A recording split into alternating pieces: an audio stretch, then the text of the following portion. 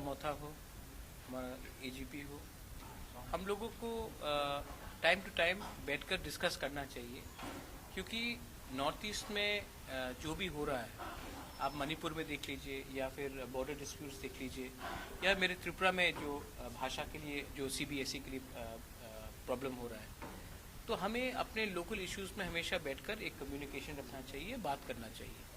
तो ये मीटिंग आज था क्योंकि हम इलेक्शन के टाइम लुरिन आया था हमारे लिए कैंपेन करने के लिए, और यू ऑल नो दैट हम लोग ने फर्स्ट टाइम अपने फर्स्ट इलेक्शन में 13 सीट जीत के हम लोग आए।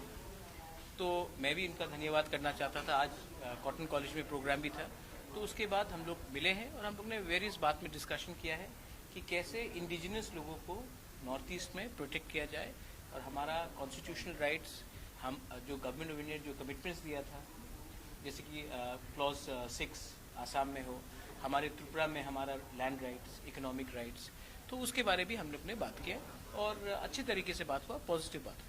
2024 बहुत लंबा टाइम है, उसके पहले और बहुत जगह में इलेक्शंस है, मिजोरम में भी इलेक्शंस है, छत्तीसगढ़ में है, मध्य प्रदेश में है, राजस्थान में है, और जहाँ रहा मेरा बात, मैंने पहले से बहुत क्लियर रखा है कि मैं अपने इंडिजिनस लोगों के लिए फाइट कर रहा हूँ, और जब तक हमारे इंडिजिनस लोगों को हमारा जो डिमांड है ग्रेटर त्रिपुरा लैंड का, कॉन्स्टिट्यूशनल सोल्यूशन का नहीं मिलेगा, तब तक हम लोग अपना इंडिपेंडेंट लाइन लेकर रहेंगे।